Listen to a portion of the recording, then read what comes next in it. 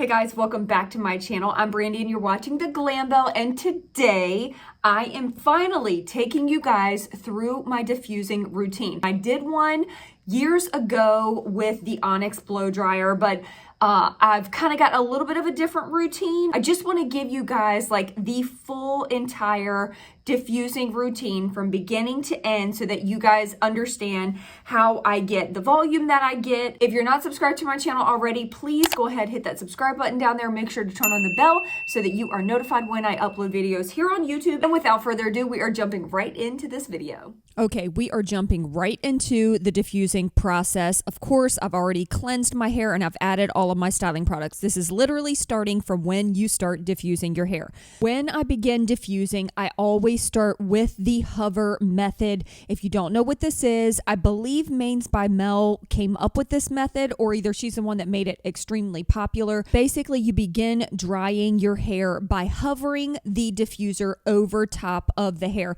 without touching it. I also, FYI, use the Dyson dryer, and I use it on low heat and low speed the entire drying process. I just find that the Dyson works the absolute best for me, and I absolutely love it. I can dry my hair in exactly 15 to 20 minutes, and that's exactly how long this whole routine took from start to finish.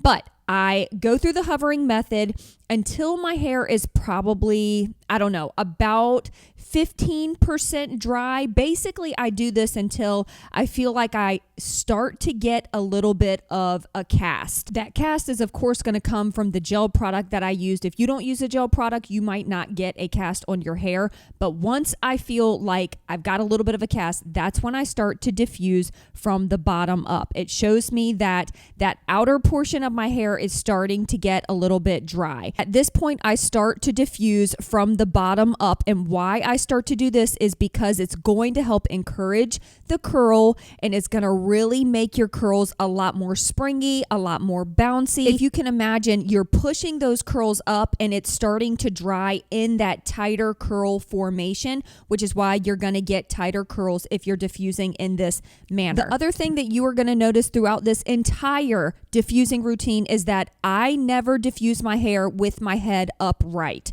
My hair is always directioned away from the scalp to create the absolute most volume possible. So basically, if I had my head upright and I was standing straight up and my hair was just hanging and I was diffusing like that, the gravity is going to work against me and it's going to cause less volume in my hair.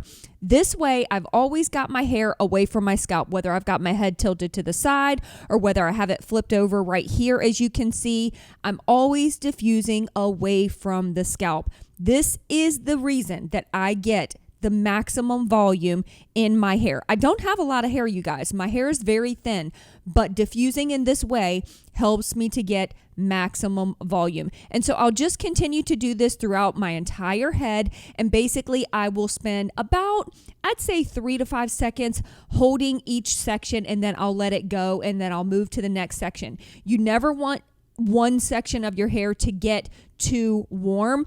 Of course, we're always trying to avoid any type of heat damage. So you want to move that diffuser around as much as possible without disturbing your curls. I never, ever, ever touch my hair until it really starts to get almost completely dry. As it starts to dry, you'll see that I start to touch it a little bit more. And that's more so just to try to see where those extra wet spots are that I need to kind of focus the diffuser. A couple of other things to note. When I'm diffusing my hair, I do not create any type of part in my hair. This again creates as much volume as I can possibly get. If you are parting your hair in a certain section and then diffusing your hair, you're going to have a little less volume than if you did your diffusing routine like this, where you're just pushing your hair from side to side and kind of diffusing all over where there is no definitive part. that's just going to create extra volume. Okay, so at this point, the ends of my hair are pretty dry, but the roots are still wet. So I'm kind of going in a little bit closer to the scalp and really trying to get in there and start to diffuse those roots. They're already starting to dry, but that's going to be the last area to completely dry.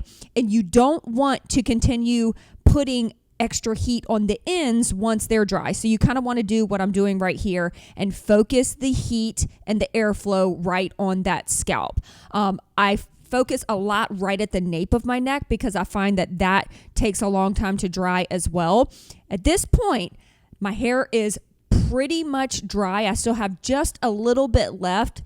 And this is where I finally put my head upright, and that's just to get as close to the scalp and the roots as possible on the front of my hair. As you can see, that's what I'm doing. I'm just really focusing that airflow right on the scalp to get those roots dry. And at this point in my routine, I can tell that my hair is almost completely dry. It's probably about 90 to 95% dry.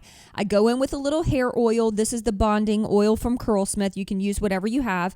And I'll start to scrunch out any cast. And because my hair is not 100% dry yet, I don't do this aggressively, but I go in at the roots just to kind of loosen up any curl clumps because I'm going to go back in with the diffuser and finish diffusing the rest of the way. So I have about 5 to 10% left of the drying process, and that 5 to 10% that is left is at the scalp where the roots are. So I really focus that last bit of drying process on that area. I personally feel like adding that little bit of oil to the ends really helps to protect the ends that are already dry from any additional heat flow that could possibly cause extra frizz from over drying them. And at this point, I just continue drying until my hair is 100% dry. And then I lost the little clip of me shaking my roots out, but I'll go in with a little bit more oil, shake out the roots, make it nice and big and voluminous. And these were my final results. Once again, this routine took me a little less than 20 minutes to complete. And that is it for this video. I really hope that this routine was helpful, that you maybe gained some tips and tricks that you can possibly use in your drying routine. If you have any tips and tricks to share with the curly community, leave them in the comments below. Sharing is caring. And I love you guys so incredibly much. And I will see you in my next video. Peace out.